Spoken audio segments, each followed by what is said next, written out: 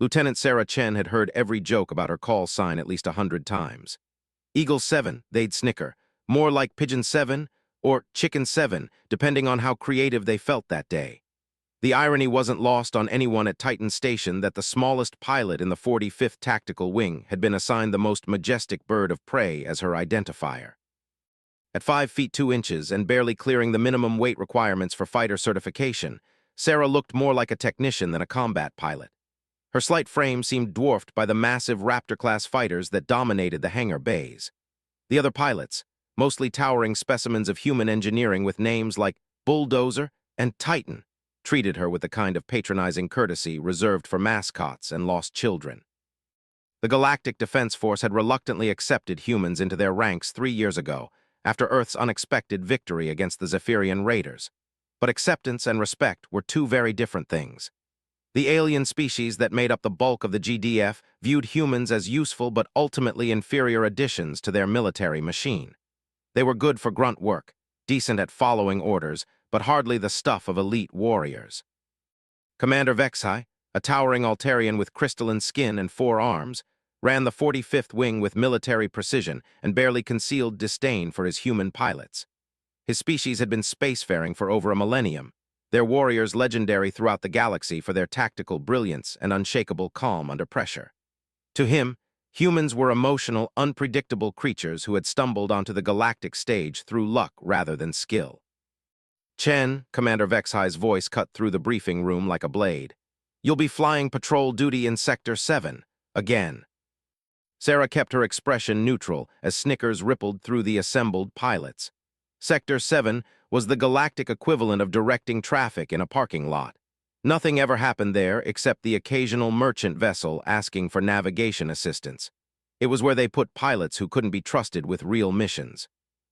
Understood, sir, she replied, her voice steady despite the heat rising in her cheeks.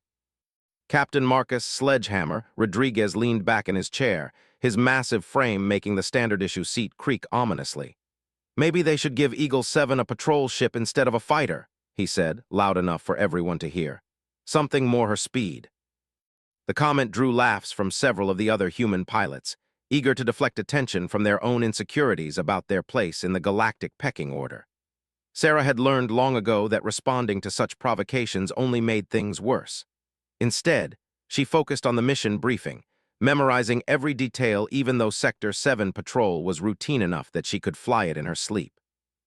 The truth was, Sarah Chen was one of the most naturally gifted pilots to ever grace a cockpit. Her reflexes were beyond exceptional, her spatial awareness bordered on supernatural, and her understanding of fighter dynamics was so intuitive that she often made adjustments to her ship systems that the designers had never intended. But in a military culture that valued size, aggression, and bravado above all else, her quiet competence was easily overlooked. Her background didn't help her case either. While pilots like Rodriguez had come from military families with connections throughout the Defense Force, Sarah had grown up on a farming colony at the edge of human space. Her parents had scraped together every credit they had to send her to the academy, believing their daughter's obvious talents deserved a chance to shine.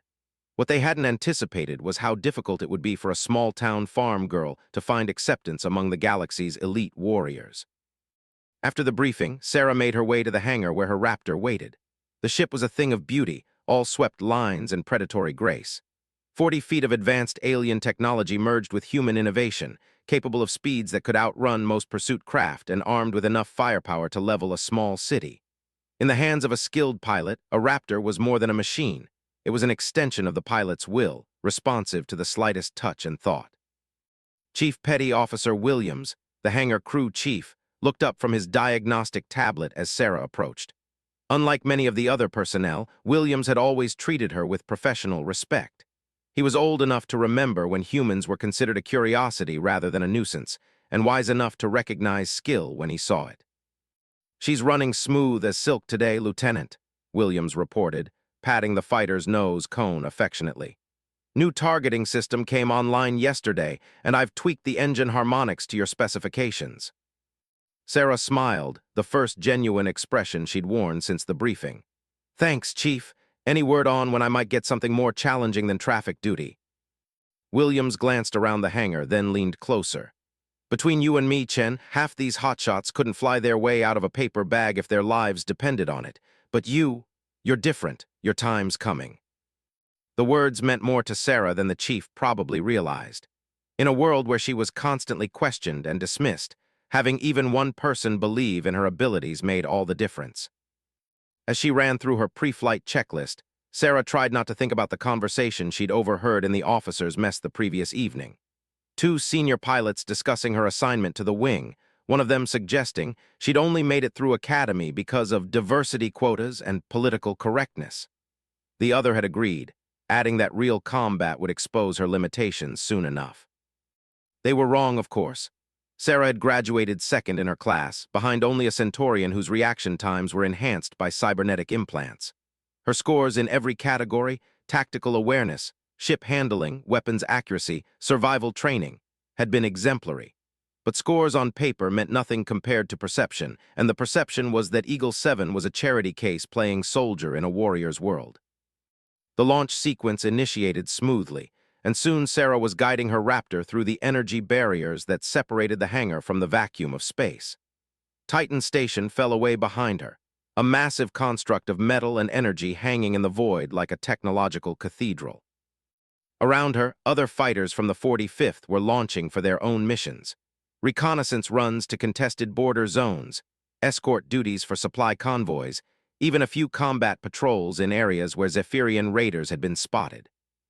But Eagle-7 was heading for Sector 7, where the most dangerous thing she was likely to encounter was a navigation satellite in need of calibration. As her Raptor accelerated toward the patrol zone, Sarah allowed herself a moment of fantasy. What would it be like to receive a real mission, to be trusted with something that actually mattered, to show everyone, human and alien alike, what she was truly capable of when given the chance? The comm system crackled to life, interrupting her thoughts. Eagle-7, this is Control. Proceed to grid reference Alpha 77 for routine patrol. Maintain standard search pattern and report any anomalies. Flight time approximately 4 hours. Copy, Control. Eagle-7 proceeding to patrol zone. 4 hours of flying in circles, scanning empty space for threats that would never materialize. It was enough to drive anyone crazy, but Sarah had learned to use the time productively. She practiced combat maneuvers that weren't in the official manual, tested her ship's response to extreme inputs, and honed her skills in ways that the simulators back at the station couldn't match. The patrol zone was a quiet section of space on the edge of human territory, far from major shipping lanes or strategic installations. 3 planets orbited a dying red star, all of them barren rocks with no atmosphere and no resources worth fighting over. It was the kind of place where nothing had happened for decades, and nothing was expected to happen for decades more. Which was exactly why Sarah was so surprised when her sensors began detecting multiple contacts at the edge of sensor range. At first, she thought it might be a malfunction. The readings were faint and intermittent, like ghost signals that appeared and disappeared without warning. But as she adjusted her search pattern and fine-tuned her sensors, the contacts became more solid, more real. Ships, lots of them, moving in formation and maintaining communication silence. Sarah's training kicked in immediately. She reduced her own engine output to minimum and activated stealth mode, making her Raptor nearly invisible to all but the most sophisticated detection systems. Then she began a careful approach, using the gravitational shadows of the system's planets to mask her approach. What she found when she got closer made her blood run cold. A hegemony fleet. At least 30 vessels ranging from scout ships to heavy cruisers, all bearing the distinctive black and silver markings of humanity's greatest enemy. The hegemony had been quiet for months, leading many in the defense force to believe they were regrouping after their last major defeat. But this fleet was clearly preparing for something big. Sarah activated her long-range communications array and began transmitting everything she could gather. Ship counts, classifications, formations, probable destinations based on their current heading. The data flowed back to Titan Station in compressed bursts, each transmission carefully timed to avoid detection by the hegemony force. The response from Control was immediate and alarming. Eagle-7, abort reconnaissance immediately and return to base. Do not engage. Repeat, do not engage. But as Sarah began to withdraw, she noticed something that changed everything. The hegemony fleet wasn't heading for a military target or a strategic resource. Their course would take them directly to New Geneva, a civilian colony with over 2 million inhabitants and virtually no defenses. It would be a massacre. Sarah's hands trembled slightly as she calculated the timeline. The hegemony fleet was moving at standard cruising speed, but their course was unmistakable. New Geneva lay directly in their path, and at their current velocity, they would reach the colony in 18 hours. Even if Titan Station dispatched every available ship immediately, the defense force couldn't possibly mount an effective defense in time. 2 million civilians, families, children, elderly colonists who had never done anything more threatening than grow crops or operate mining equipment. The hegemony didn't take prisoners from human colonies. They had made that clear during their previous raids. New Geneva would be turned to ash, its population slaughtered, its infrastructure destroyed as a message to the rest of humanity. "Control, this is Eagle-7, Sarah transmitted, her voice steady despite the gravity of what she was about to say. "Hegemony fleet is on direct course for New Geneva, estimated arrival in 18 hours. Colony has no significant defenses." The response came back within minutes, and Sarah could hear the tension in the communications officer's voice. "Eagle-7, confirmed. Return to base immediately for emergency briefing. Fleet Admiral Morrison is en route to Titan Station." As Sarah began the flight back to base, her mind raced through possibilities. Fleet Admiral Morrison was the highest-ranking human in the Galactic Defense Force, a legendary figure who had earned his position through 40 years of exemplary service. If he was coming to Titan Station personally, it meant the situation was even worse than she had initially thought. The flight back seemed to take forever, even though her Raptor was pushing maximum sustainable speed. When she finally docked at Titan Station, the hangar was already buzzing with activity. Ships were being prepped for emergency launch, ammunition was being loaded, and personnel were running through the corridors with the kind of urgency that meant someone important was about to make some very difficult decisions. Chief Williams met her at her ship, his usually calm demeanor replaced by barely controlled anxiety. "Chen, they want you in the main briefing room immediately. Don't even bother with post-flight, just go." Sarah made her way through corridors filled with frantic activity. Pilots she had never spoken to before nodded to her as she passed, and she realized word of her discovery had already spread throughout the station. For the first time since arriving at Titan Station, people were looking at her with something approaching respect. The main briefing room was packed with every senior officer on the station. Commander Vexhai stood at the front, his 4 arms moving rapidly as he manipulated a holographic display showing the hegemony fleet's position and projected course. Beside him stood a human officer Sarah had only seen in photographs, Fleet Admiral Morrison himself. Morrison was smaller than Sarah had expected, probably no taller than herself, with graying hair and the kind of weathered face that spoke of decades spent in command of warships. But his eyes held an intensity that made it clear why alien species had learned to respect human military leadership despite their initial skepticism. "Lieutenant Chen," Morrison said as she entered the room, "your reconnaissance data may have just saved 2 million lives, or it may have revealed that we're about to lose them. Take a seat." Sarah found an empty chair near the back of the room, acutely aware that every eye was on her. Rodriguez and the other pilots who had mocked her that morning were staring at her with expressions she couldn't quite read. "Ladies, gentlemen, and honored allies," Morrison began, his voice carrying easily through the room despite its relatively quiet tone. "We have 18 hours to prevent the largest civilian massacre in human history. Lieutenant Chen's discovery has given us advance warning, but it has also revealed just how impossible our situation really is." The holographic display shifted to show the current disposition of Defense Force assets. The numbers were sobering. The nearest battle group was 48 hours away at maximum speed. Titan Station's own defenses consisted of just 12 fighters, 2 patrol corvettes, and the station's own defensive systems, hardly enough to face 30 hegemony warships. "The hegemony has clearly planned this attack to take advantage of our current deployment," Commander Vexhai added, his crystalline features reflecting the light from the display. "Our main fleets are engaged in exercises on the far side of the sector. By the time they can respond, New Geneva will be nothing but debris." Morrison nodded grimly. "We could attempt to evacuate the colony, but 2 million people require more transport capacity than we have available on short notice. The hegemony knows this. They've chosen their target and timing perfectly. Sarah raised her hand tentatively. In a room full of senior officers and seasoned veterans, she felt presumptuous speaking up, but something had occurred to her during the flight back to the station. "Yes, Lieutenant," Morrison said, noticing her gesture.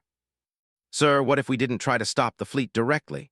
The hegemony ships are maintaining radio silence, which means they're coordinating through their command vessel. If we could disable or destroy their flagship, the rest of the fleet might withdraw, or at least delay their attack long enough for reinforcements to arrive." A murmur ran through the room. Commander Vexhi's 4 eyes focused on Sarah with new interest. "An intriguing tactical concept, Lieutenant. However, the command vessel will be the most heavily defended ship in the formation. Even if we could identify it correctly, approaching close enough to inflict significant damage would be virtually impossible." Sarah stood up, her heart pounding but her voice steady. "Not if you used a single fighter, sir. Something small enough to avoid detection until it was too late for them to respond effectively." The room fell silent. Morrison studied her for a long moment, and Sarah could see him working through the tactical implications of what she was suggesting. "You're talking about a suicide mission," Rodriguez said from across the room. "One fighter against 30 ships. Even if you managed to damage their command vessel, you'd never make it out alive." Sarah met his gaze steadily. "Maybe, but 2 million civilians would have a chance." Morrison walked over to the holographic display and began manipulating the controls. The image zoomed in on the hegemony formation, showing the intricate positioning of their ships. "Show me how it would work, Lieutenant." For the next 20 minutes, Sarah outlined her plan. Using the gravitational shadows of the system's planets and the background radiation from the dying star, a single fighter could approach the hegemony fleet from an unexpected angle. The command vessel would be identifiable by its position in the formation and its larger sensor array. A fighter equipped with heavy torpedoes could potentially inflict enough damage to disrupt the fleet's coordination. "The timing would have to be perfect," Sarah explained, using a laser pointer to trace the approach route. "And the pilot would need to know exactly when to break stealth and make the attack run. Too early and the fleet would have time to respond. Too late and the command vessel would be protected by the screening ships." Commander Vexhi studied the projection with all 4 eyes, his crystalline features reflecting deep thought. "The plan has merit," he admitted, "but it would require a pilot of exceptional skill. The approach alone would demand precision flying beyond normal parameters." "I'll do it," Sarah said quietly. The room erupted in voices. Several officers began speaking at once, some arguing that the mission was impossible, others debating whether a single fighter could carry enough firepower to disable a hegemony command vessel.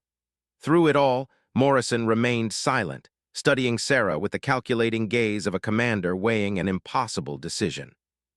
Finally, he raised his hand for silence. "Lieutenant Chen, step outside for a moment. I need to discuss this with my senior staff." Sarah left the briefing room and found herself standing in the corridor, her mind reeling from what she had just proposed.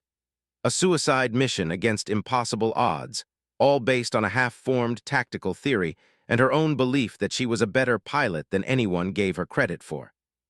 Through the door, she could hear raised voices as the senior officers debated her proposal. Commander Vexhi's voice was particularly clear, arguing that sending a single fighter against an entire fleet was not tactics but desperation. Rodriguez was agreeing with him, suggesting that if they were going to attempt something so dangerous, it should be done by a more experienced pilot. "Experience won't matter if the pilot doesn't have the skill to execute the approach," Morrison's voice cut through the other discussions. "And based on her academy records and today's reconnaissance, Lieutenant Chen may be the most naturally gifted pilot we have."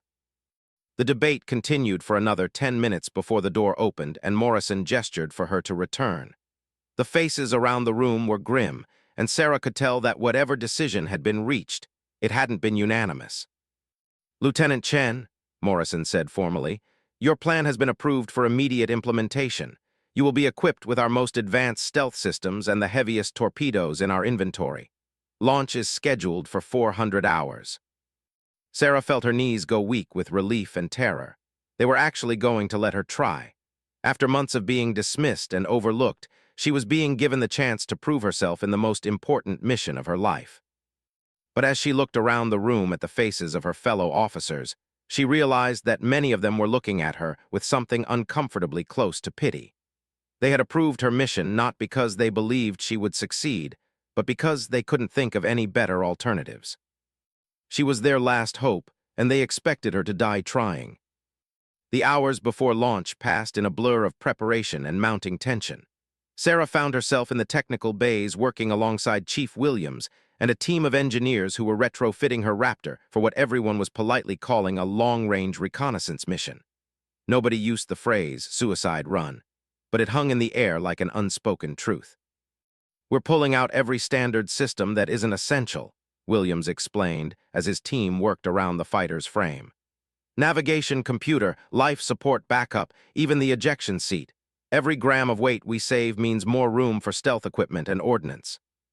Sarah nodded, though the idea of flying without an ejection seat made her stomach tighten. If something went wrong during the mission, she would go down with her ship. There would be no chance for rescue, no possibility of survival if the plan failed. The stealth modifications were unlike anything she had seen before. Alien technology acquired through diplomatic channels, experimental human innovations that had never been tested in combat, and hybrid systems that existed only in prototype form. Her Raptor was being transformed into something that barely registered on sensors, a ghost ship that could slip through enemy formations like smoke through a net. The weapons modifications were even more impressive. 2 Mark VII heavy torpedoes, each one capable of punching through the armor of a battleship. They were mounted externally, making the fighter less maneuverable but giving it the firepower to potentially cripple a hegemony command vessel. A 3rd torpedo was loaded internally as backup, though Sarah knew that if she needed to use it, the mission had probably already failed. "Lieutenant Chen," a voice called from the entrance to the technical bay. Sarah turned to see Commander Vexai approaching, his 4 arms carrying a collection of data tablets and technical specifications. "Sir, I wanted to review the tactical parameters with you once more," he said, his crystalline features reflecting the work lights. "The approach vector will require you to use the 3rd planet's gravitational field to mask your engine's signature. The margin for error is extremely small." Sarah accepted the data tablet he offered and began scrolling through the calculations. The flight path was indeed complex, requiring split-second timing and precision flying that would challenge even the most experienced pilot. One mistake in the gravitational slingshot maneuver, and she would either crash into the planet's surface or be flung into deep space. "I've run this simulation 100 times, sir," she said, though in truth she had been running it continuously in her head since the mission was approved. "The key is maintaining exactly the right velocity when entering the planet's gravity well. Too fast, and the trajectory becomes unstable. Too slow, and the hegemony sensors will have time to detect me." Vexai studied her with all 4 eyes, and for the first time since she had arrived at Titan Station, Sarah thought she detected something approaching respect in his gaze. "You understand that once you begin the approach, there will be no possibility of communication with the station. You will be entirely on your own." "I understand, sir. And you also understand that even if the mission succeeds, the probability of your survival is extremely low." Sarah met his gaze steadily. "Yes, sir, but the probability of New Geneva's survival without this mission is 0. Vexai was quiet for a long moment. Then, in a gesture that surprised Sarah completely, he placed one of his 4 hands on her shoulder. "You have the tactical instincts of a born warrior, Lieutenant Chen. I regret that it has taken a crisis of this magnitude for that to become clear." After he left, Sarah continued working with the technical teams, checking and rechecking every system on her modified fighter.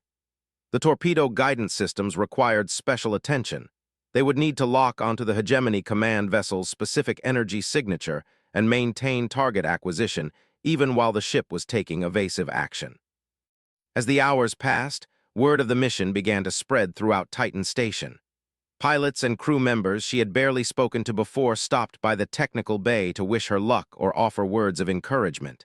Even Rodriguez appeared, looking uncomfortable but determined to say something. "Chen," he said, fidgeting with a data pad, "I wanted to apologize for being an ass. You're a better pilot than any of us gave you credit for."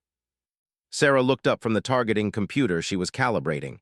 "Thanks, Marcus. That means a lot." "When you get back," he said, then caught himself. I mean, after the mission, maybe we could grab a drink, compare notes on fighter handling or something. The conditional nature of his offer wasn't lost on either of them. When you get back, not if. But Sarah appreciated the gesture nonetheless. The final hour before launch was spent in the pilot's ready room, reviewing the mission parameters one last time and trying to keep her mind focused on the technical aspects rather than the overwhelming magnitude of what she was about to attempt. Fleet Admiral Morrison joined her there, along with Commander Vexhai and several other senior officers. "Lieutenant," Morrison said, settling into a chair across from her, "I want you to know that this mission is entirely voluntary. If you have any doubts, any concerns about the viability of the plan, now is the time to voice them." Sarah shook her head. "No, sir, the plan is sound and I'm the right pilot for the job." "You're certainly the pilot with the best chance of success," Morrison agreed. "But that doesn't mean the chance is good. We estimate less than 30% probability of mission success and less than 10% probability of pilot survival." The numbers hung in the air between them like a death sentence. Sarah had known the odds were bad, but hearing them stated so bluntly made them real in a way that all the planning and preparation hadn't. "Sir," she said carefully, "what's the probability of New Geneva surviving if we do nothing?" Morrison's expression was grim. 0. "Then the choice seems pretty clear to me." The alarm klaxon sounded, indicating 30 minutes to launch. Sarah stood and began putting on her flight suit, a process she had performed hundreds of times but which felt different now. Every gesture, every movement might be among the last she ever made. Chief Williams appeared with her helmet, freshly polished and equipped with the latest communication gear. "I've programmed your personal frequency into the comm system," he said quietly. "If you need to talk to someone during the flight, if you need anything at all, you just call." The walk to the hangar felt like a funeral procession. Personnel lined the corridors, and Sarah was surprised to see aliens as well as humans among them. Apparently, word of the mission had spread beyond the human crew, and representatives from several species had come to see her off. Her Raptor sat in the center of the hangar, surrounded by technicians making final preparations. The fighter looked different with its modifications, more angular, more predatory, like a weapon designed for a specific purpose, which, Sarah supposed, was exactly what it had become. "All systems green, Lieutenant," Chief Williams reported as she approached the ship. "She's ready to fly." Sarah performed her external inspection with unusual thoroughness, checking every surface, every joint, every system that might be critical to the mission's success.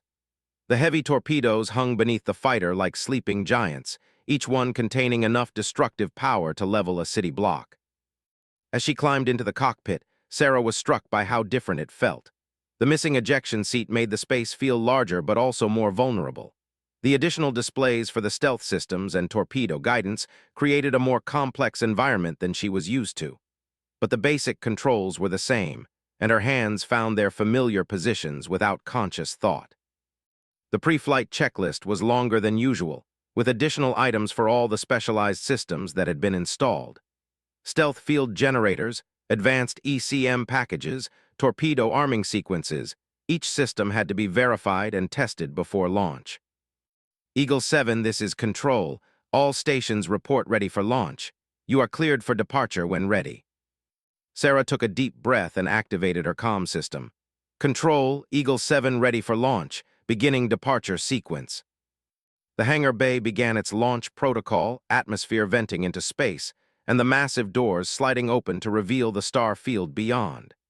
Sarah felt the familiar thrill of being on the edge of the infinite, poised between the safety of the station and the vast unknown of deep space. "Eagle-7, Morrison's voice crackled through her headset. "Good hunting, Lieutenant. Bring our people home." "Copy that, sir. Eagle-7 departing." Sarah engaged her engines and felt the Raptor surge forward into space. Behind her, Titan Station dwindled rapidly, its lights becoming just another point of illumination among the stars. Ahead lay a journey that would take her to the edge of human space and beyond, to a confrontation that would determine the fate of 2 million innocent lives.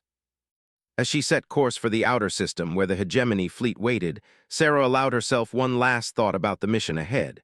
Everyone expected her to fail. The odds were overwhelming, the plan desperate, and her chances of survival almost non-existent. But they had forgotten one crucial detail. Sarah Chen had spent her entire life being underestimated, overlooked, and dismissed. She had learned to succeed in spite of expectations, to find victory where others saw only defeat. And she was about to remind the galaxy why humanity belonged among the stars. The journey to the outer system took 6 hours at maximum sustainable speed, and Sarah used every moment to prepare mentally for what lay ahead. She reviewed the tactical data, studied the hegemony fleet composition, and ran through the attack sequence in her mind until every movement became automatic. The silence of space pressed in around her modified Raptor as she approached the critical phase of her mission. The stealth systems were running perfectly, masking her heat signature and electromagnetic emissions so thoroughly that she was virtually invisible to conventional sensors. But the real test would come when she attempted the gravitational slingshot maneuver around the third planet.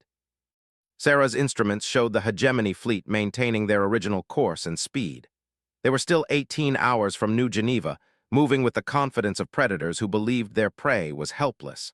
Long-range sensors indicated no change in their formation, no sign that they suspected they were being watched. The third planet loomed ahead, a barren world of rust-colored rock and deep impact craters. Its gravity well would serve as both her highway and her shield, allowing her to build velocity while remaining hidden from the enemy fleet's sensors. But the margin for error was razor-thin, too steep an approach, and she would burn up in the planet's thin atmosphere, too shallow, and she would be detected before reaching attack range. Sarah began her approach vector, feeling the planet's gravity take hold of her fighter and begin to accelerate her toward the calculated trajectory. The Raptor's modified engines purred almost silently, their output carefully calibrated to work with the gravitational forces rather than against them. As she swung around the planet's dark side, Sarah got her first visual confirmation of the hegemony fleet. 30 ships arranged in a loose formation, their black hulls almost invisible against the star field except for the running lights that marked their positions. At the center of the formation, exactly where her tactical analysis had predicted, was the command vessel. The ship was larger than the others, its hull bristling with communications arrays and sensor equipment that marked it as the fleet's nerve center. Destroying it wouldn't eliminate the threat entirely, but it would disrupt the hegemony's coordination long enough for Defense Force reinforcements to arrive. Sarah activated her torpedo guidance systems and began the delicate process of target acquisition. The Mark VII torpedoes required a precise lock on the target's energy signature before they could be fired, and maintaining that lock while approaching at high speed would require every bit of skill she possessed. The gravitational slingshot was working perfectly. Her fighter was accelerating rapidly, building the velocity she would need to close with the enemy fleet before they could react. But with each passing second, she was also getting closer to the point where her stealth systems would no longer be effective. Hegemony sensors were among the most sophisticated in the galaxy, and while her modifications could fool them at long range, they would eventually detect her presence as she drew nearer. The key was to time her attack so that detection came only seconds before impact, giving the enemy no time to mount an effective response. Sarah's heart pounded as she emerged from behind the planet and began the final approach to the hegemony fleet. Her fighter was now moving at nearly 20% of light speed, fast enough that relativistic effects were beginning to distort her sensor readings. The modified Raptor shuddered slightly under the strain of maintaining such velocity, but all systems remained green. 2 minutes to contact. Sarah armed her torpedoes and began the final target lock sequence. The command vessel's energy signature filled her targeting display, a complex pattern of reactor emissions and electronic signals that her weapons systems analyzed and memorized. 1 minute to contact. The hegemony fleet continued on its original course, showing no sign that they had detected her approach. Sarah allowed herself a moment of hope. Maybe, just maybe, she could get close enough to guarantee a hit before they knew she was there. 30 seconds to contact. Sarah's finger hovered over the firing trigger as her targeting computer achieved final lock. The command vessel was now clearly visible on her forward display, its massive bulk growing larger with each passing second. Then everything went wrong. A new contact appeared on her sensors, a patrol ship that had been hidden in the shadow of the command vessel, running silent and invisible until her approach brought it into detection range. The patrol ship's sensors locked onto her fighter immediately, and warning klaxons began wailing throughout the hegemony fleet. Unknown contact, bearing 07 Mark IV. The transmission was in the harsh, guttural language of the hegemony, but Sarah's computer translated it instantly. All ships, combat alert, hostile fighter inbound. The fleet's formation began to shift as ships moved to intercept her approach. Point defense systems came online, filling the space around the command vessel with a deadly web of energy beams and projectiles. Sarah realized she had perhaps 10 seconds before the defensive fire became so intense that her fighter would be vaporized.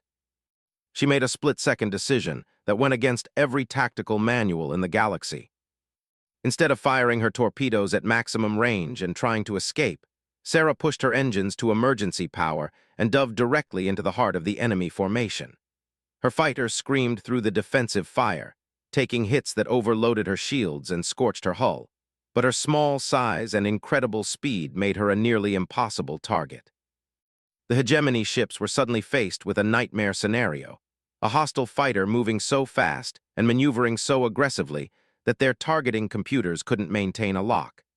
Several ships stopped firing to avoid hitting their own vessels as Sarah wove between them like a thread through a needle.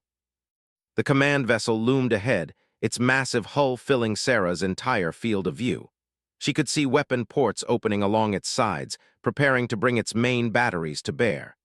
But she was already too close for the heavy guns to track her movement. At point-blank range, Sarah fired both external torpedoes simultaneously. The Mark VII weapons streaked across the gap between her fighter and the command vessel in less than a second, their warheads detonating against the enemy ship's hull with the force of small nuclear weapons. The explosions tore massive holes in the command vessel's armor, exposing internal structure and causing secondary detonations as power conduits and ammunition stores were breached. The ship's communications array disintegrated in a shower of sparks and debris, and several of its engine nacelles went dark. But Sarah wasn't finished. Even as the command vessel began to list and lose power, she pulled her fighter into a tight loop and came around for another pass. The internal torpedo was still armed and ready, and she intended to use it. The hegemony fleet was in chaos now. Without their command ship's coordination, individual vessels were operating independently, some trying to pursue Sarah's fighter while others moved to protect the damaged flagship. The careful formation that had been their strength was breaking apart into confusion and disorder. Sarah lined up for her second attack run, pushing her damaged fighter through another series of impossible maneuvers as she dodged the increasingly desperate defensive fire. Her shields were gone, her hull was breached in 3 places, and half her instruments were offline, but the Raptor continued to respond to her commands with the loyalty of a well-trained warhorse. The command vessel's crew was working frantically to restore power and bring their weapons online, but they were fighting a losing battle against the damage from her first attack. As Sarah approached for the killing blow, she could see escape pods beginning to launch from the stricken ship. Her final torpedo struck the command vessel amidships, punching through the weakened hull and detonating inside the ship's main reactor compartment. The explosion was visible from across the system, a brilliant flash that briefly outshone the local star before fading into the darkness of space. The Hegemony Command ship broke apart like a flower made of metal and fire, its pieces tumbling away into the void. With its destruction, the fleet's coordination collapsed completely. Ships began moving in different directions, some trying to continue toward New Geneva while others turned back toward their own territory. Sarah tried to pull her fighter away from the expanding debris field, but her luck had finally run out. A piece of hull plating from the destroyed command vessel slammed into her port wing, sending the Raptor into an uncontrolled spin. More debris followed, battering her fighter until its structural integrity began to fail. Warning lights flashed across her instrument panel as system after system went offline. Her engines were dead, life support was failing, and her communication array was completely destroyed. The modified Raptor that had carried her so far was dying around her, and there was nothing she could do to save it. But as consciousness began to fade, Sarah allowed herself a moment of satisfaction. The mission had succeeded. The Hegemony fleet was scattered and leaderless, their attack on New Geneva disrupted beyond recovery.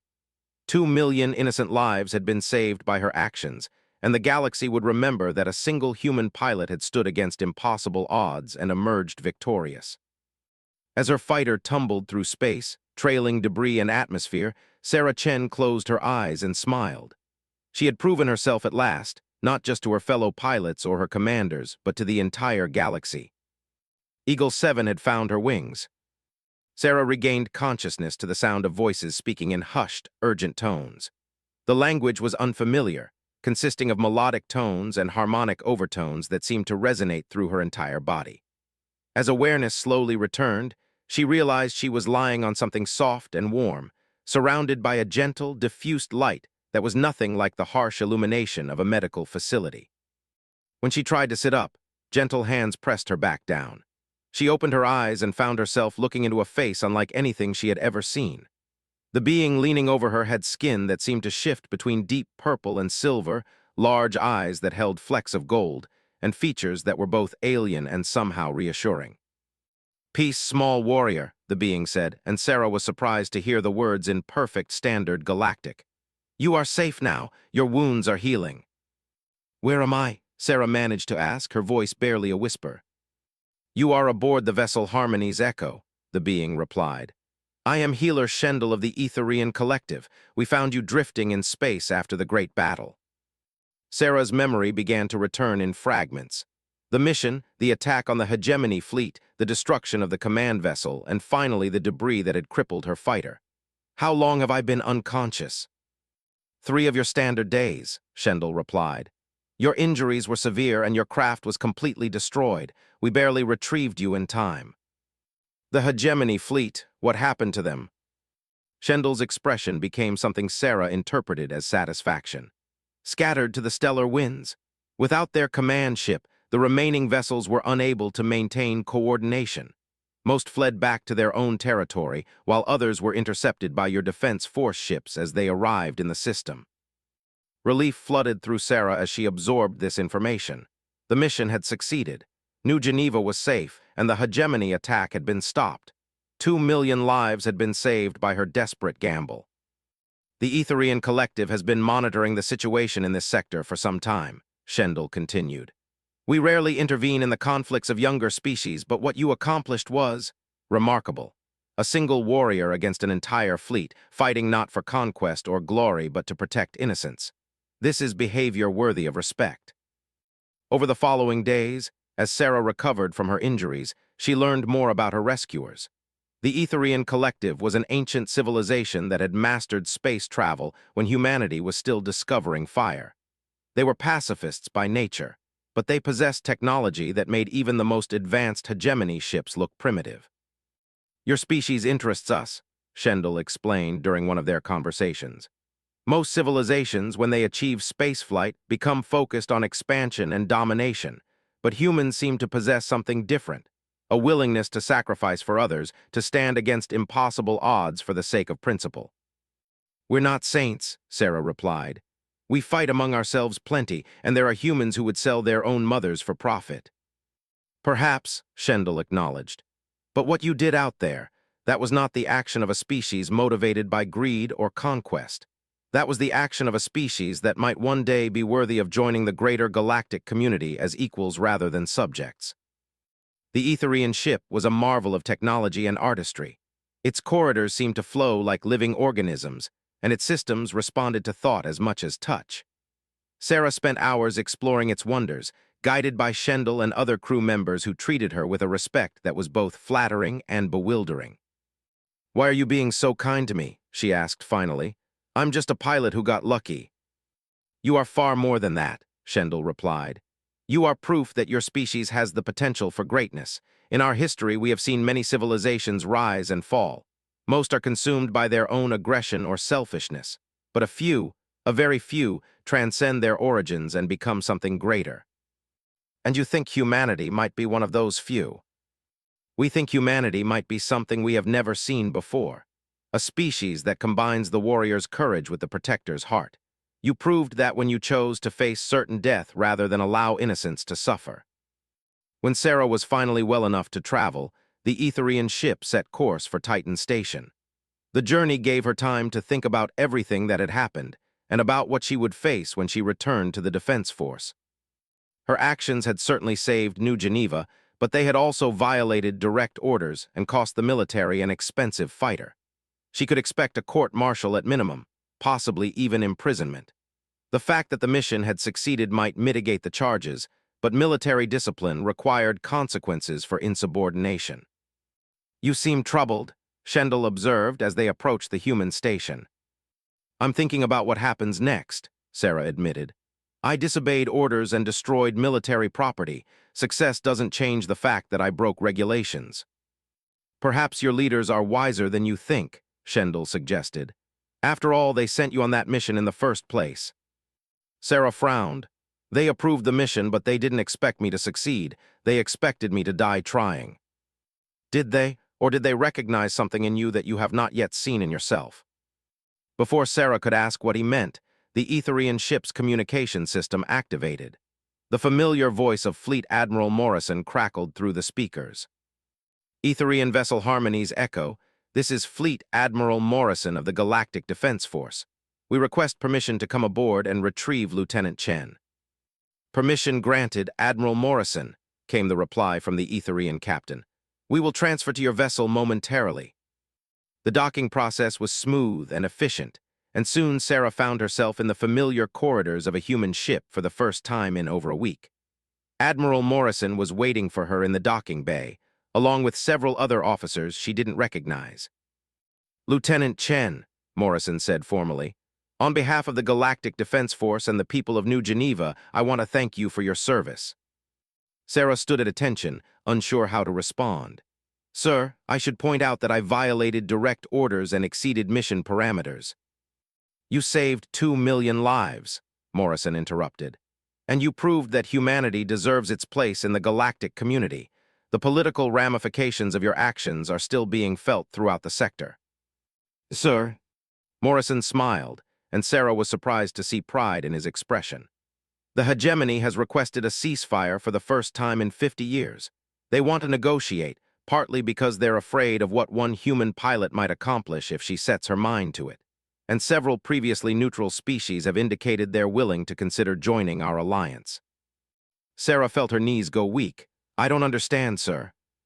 "Your mission was broadcast throughout the sector by long-range sensors and monitoring stations," Morrison explained. "Everyone saw what happened. One pilot against 30 ships, victory against impossible odds, all to save innocent lives. It's become a symbol of what humanity stands for." Admiral Morrison gestured to the other officers. "Lieutenant Chen, allow me to introduce the crew of your new command. The GDF has decided to form an elite unit of human pilots trained to operate independently behind enemy lines. You'll be leading that unit with the rank of commander." Sarah stared at him in shock. "My new command?"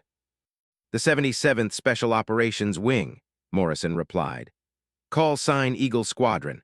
Your pilots will be volunteers from across the Defense Force, all of them chosen for exceptional skill and the courage to face impossible odds." As Sarah processed this information, she realized that her life was about to change in ways she had never imagined. No more patrol duties in forgotten sectors, no more being overlooked and dismissed. She was being given the chance to lead, to train other pilots, and to continue making a difference on a galactic scale. "What about regulations, sir? Military discipline?" Morrison's smile widened. "Sometimes, Lieutenant, Commander, military discipline means recognizing when someone has the judgment to know which orders should be followed and which ones should be creatively interpreted. Your mission briefing mentioned reconnaissance and harassment of enemy forces. You accomplished both objectives." "But, sir, I destroyed the command vessel. That went well beyond harassment." "Did it? I seem to recall the briefing mentioned using all necessary force to complete the mission objectives." Morrison winked. "Sometimes the paperwork catches up with the reality." As Sarah was led to her new quarters aboard what she learned was the newest and most advanced ship in the Defense Force fleet, she reflected on the journey that had brought her here. Just days ago, she had been Eagle-7, the pilot nobody took seriously. Now she was Commander Chen, leader of an elite squadron and symbol of humanity's potential. The Etherian's words echoed in her mind. "You are proof that your species has the potential for greatness." Looking out at the stars through her new quarters viewport, Sarah Chen smiled. She had found her wings at last, and she intended to teach others how to fly. The galaxy was about to learn what humanity could accomplish when its warriors fought not for conquest, but for the protection of innocence. Eagle Squadron was about to take flight, and the universe would never be the same.